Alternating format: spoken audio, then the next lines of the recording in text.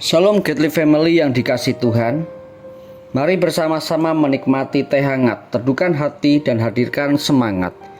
Firman Tuhan yang akan memberikan semangat bagi setiap kita di sepanjang hari ini terambil di dalam Kisah Para Rasul pasal 5 ayat 17-25. Demikianlah kebenaran firman Tuhan.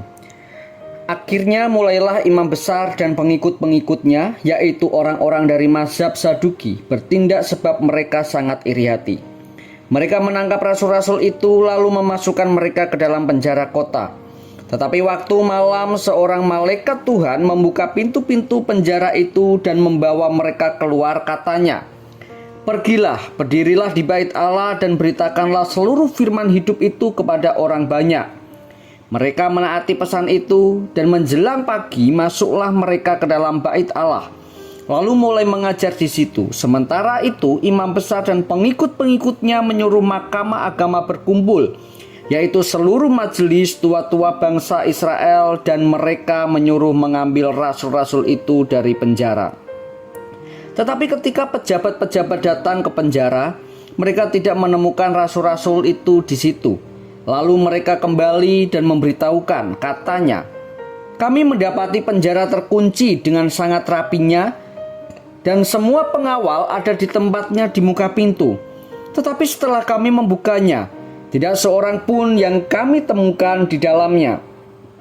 Ketika kepala pengawal bait Allah dan imam-imam kepala mendengar laporan itu, mereka cemas dan bertanya apa yang telah terjadi dengan rasul-rasul itu. Tetapi datanglah seorang mendapatkan mereka dengan kabar, "Lihat, orang-orang yang telah kamu masukkan ke dalam penjara ada di dalam bait Allah, dan mereka mengajar orang banyak." Godly Family yang dikasih Tuhan, gereja yang sehat dan bertumbuh bukan merupakan jaminan bahwa tak akan ada masalah dan tantangan, baik dari dalam maupun dari luar. Karena ketika Allah berkarya secara luar biasa di dalam dan melalui gerejanya, iblis pun juga tidak tinggal diam. Ia akan bekerja keras untuk merusak dan menghancurkan kehidupan orang-orang percaya dan juga gerejanya.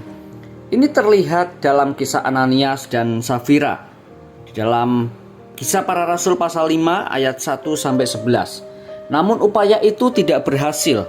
Sekarang iblis melakukannya dari luar, melalui para pemimpin agama Yahudi yang mencegah kemajuan Injil.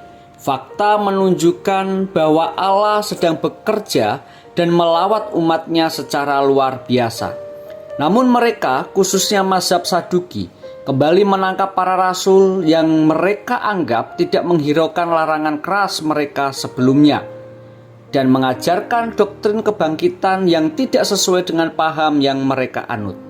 Namun masalah utama mereka adalah iri hati atas keberhasilan para rasul dan pengaruh Injil, sehingga jumlah pengikut mereka semakin merosot. Sebab itu mereka berusaha menghentikan kemajuan Injil. Namun tindakan mereka justru membuat Injil dan gereja semakin berkembang. Mereka telah gagal total dalam dua hal. Pertama, karena Allah turut bekerja bagi kemajuan berita Injil. Sebab itu peralatan atau sarana penjara serta manusia, yaitu para pengawal yang begitu sangat lengkap, tidak mampu menahan dan mencegah ketika Allah melalui malaikatnya melepaskan para rasul. Ayat 23. Dan yang kedua, karena para rasul tetap memberitakan Injil dan mengajar orang banyak dengan penuh keberanian, ketaatan, dan kesetiaan kepada Allah. Para rasul memilih lebih taat kepada Allah daripada kepada manusia. Itulah kegagalan para pemimpin agama. Namun mereka bergeming dan menutup hati terhadap kebenaran. Godly Family yang dikasih Tuhan, tantangan dan tekanan memang akan menghadang setiap upaya pemberitaan Injil. Tetapi semua itu tidak akan mampu menghalangi kemajuan Injil. Sebab itu, marilah kita dengan penuh keberanian, ketaatan, dan kesetiaan tetap bersaksi, karena Allah turut bekerja di dalamnya untuk mendatangkan segala kebaikan. Dan tugas tanggung jawab kita sebagai orang-orang percaya adalah menyatakan Injil Kristus melalui kematian, kebangkitan, dan kenaikan Kristus bagi setiap orang yang percaya. Dan biarlah anugerah keselamatan itu bukan hanya menjadi milik kita, tetapi juga bagi orang-orang yang ada di sekitar kita yang belum percaya kepada Kristus. Mari kita berdoa.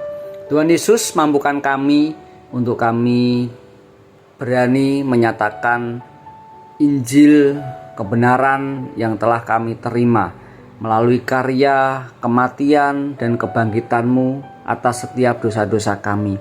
Dan biarlah anugerah keselamatan itu bukan hanya menjadi milik kami, tetapi juga milik orang-orang yang ada di sekitar kami.